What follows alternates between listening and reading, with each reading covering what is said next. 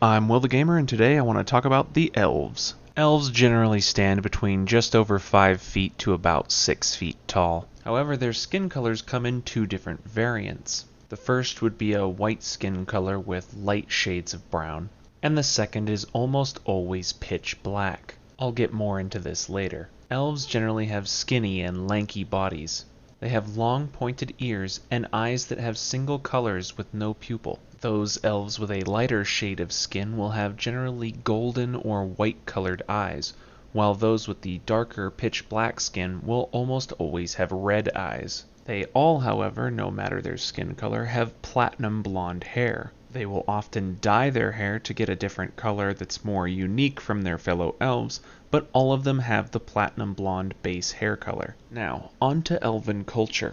Elves are all about order and the organization of things. They have an almost instinctual need to put things in their quote-unquote rightful place. They believe all things have a purpose and they should adhere to that purpose. Thus, elven society is highly structured. Even from birth, an elf is given their future profession. An elf's profession is decided by their family lineage, so if you're born into a blacksmith's family, you're gonna end up being a blacksmith. So then back to the separation of skin color. Well, it has a lot to do with where you're going to fall in elven society. The lighter-skinned elves are generally more potent magical users, and thus fall in the nobility of the elven society. The elves with the pitch black skin have little to no magical ability. Their inability to manipulate mana has put them in the warrior and working caste. It is said in elven legend that long ago the one true god of the empire came to the elves. It is said that he chose those who were worthy to ascend to the next level.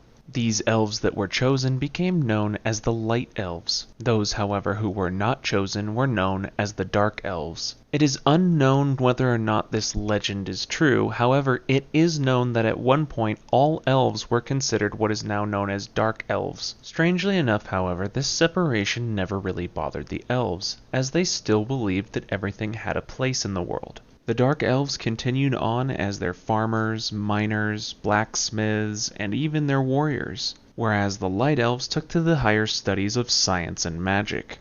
The Elves were also avid perfectionists, taking everything to an extreme. They sought to be perfect in whatever aspect of life they were doled out.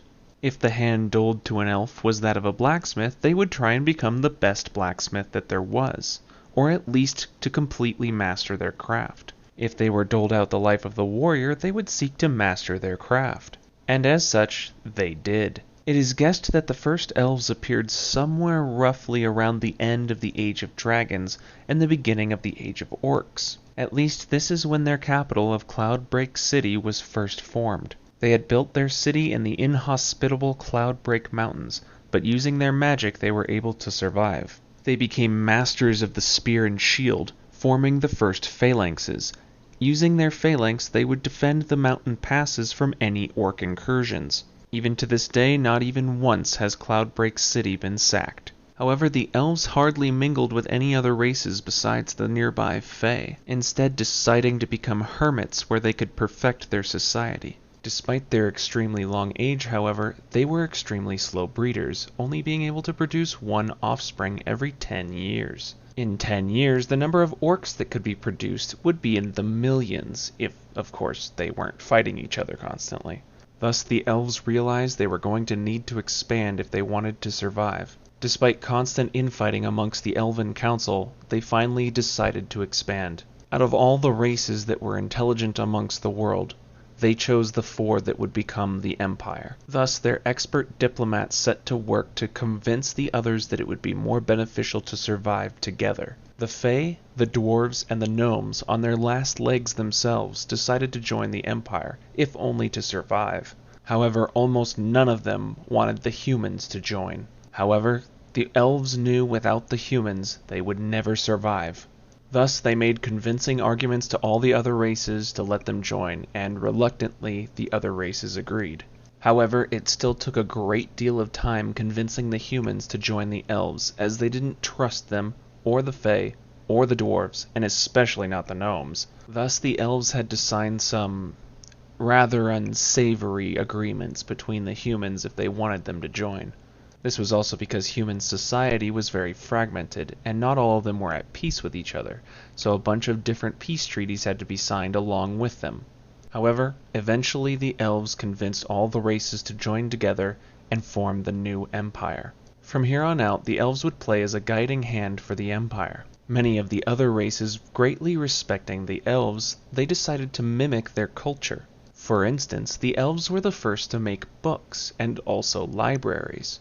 The other races of the time didn't even know how to make paper, thus they adopted it from the elves. The elves also taught the other races how to make magic of convenience to help around with daily tasks. The dwarves, the fae, and even the gnomes got along really well with the elves. However, the humans did not. Human society clashed in almost every way with elven society. Where elves believed that everyone had their place and they should stay in that place, humans didn't share that sympathy. Thus, the biggest challenge for the elves from then on out was convincing the humans to see their way of thinking, which they still haven't. From this, humans and elves have constantly butted heads, both in politics and other aspects of life. However, there is always one aspect of life that the humans and elves respected each other, and that was warfare. Thus, even if elven and human society did not mix, they were always brothers in arms.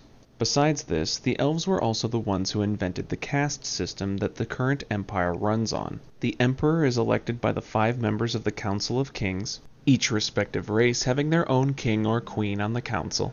Each king or queen being elected by the Council of Princes, which is also separated by race. Each race having 5 princes or princesses who will then elect one of them to become the next king or queen. Below that is the dukedom and so forth, but all of this was created by the elves, and the system wouldn't have been in place without them. Thus, one could say the empire's culture was created by the elves. Now, as far as the classes in the game that you can actually play on elves, they are quite diverse in their class roster. The elves can be the following classes: Acolyte, Archer, Duelist, Enchanter, Mage, Priest, Thief, Warlock, and Warrior. Now, that's all I can think of for elves right now. But if you have any questions about them, just leave it in the comments below and I'll answer it as soon as I can. Anyways, this is Will the Gamer, signing out.